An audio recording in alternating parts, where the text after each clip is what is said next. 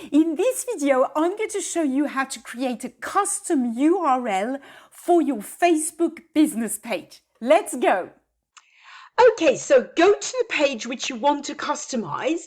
As you see, this business page of mine has this long name and this long number. It doesn't look very nice. So this is what we're going to change up here. Once you're on the page, scroll down on this side and click on Settings.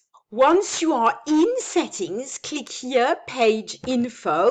And here, super easy, create a username. Okay, so for me the logical one is it's going to be easy and gluten free, right? Once you've done that, just press return, and that is it. I don't believe you need to save it. No, that's all done. It just saves automatically.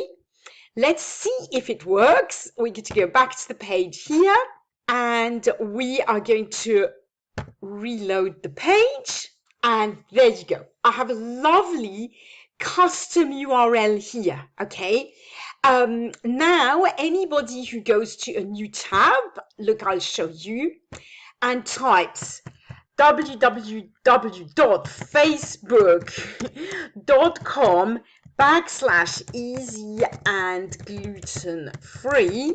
And there you go, that goes straight to my business page for easy and gluten free. So it becomes much easier for you to just share the business page with a custom URL like that than if it has a ton of numbers at the end. That's how it's done. Okay, so that was easy, wasn't it? I hope you enjoyed the video and found it helpful. If you did, please give it a like and subscribe to my channel. Now, you can check my Facebook tutorials playlist if there is anything else that you want to find out about how to do with Facebook on your business page or on your personal profile.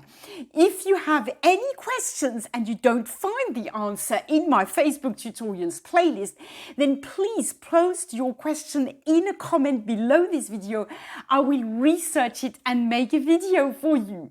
And in the meantime, if you enjoyed this video, I bet you that this one will be useful to you next. Bye for now. Thank you for watching.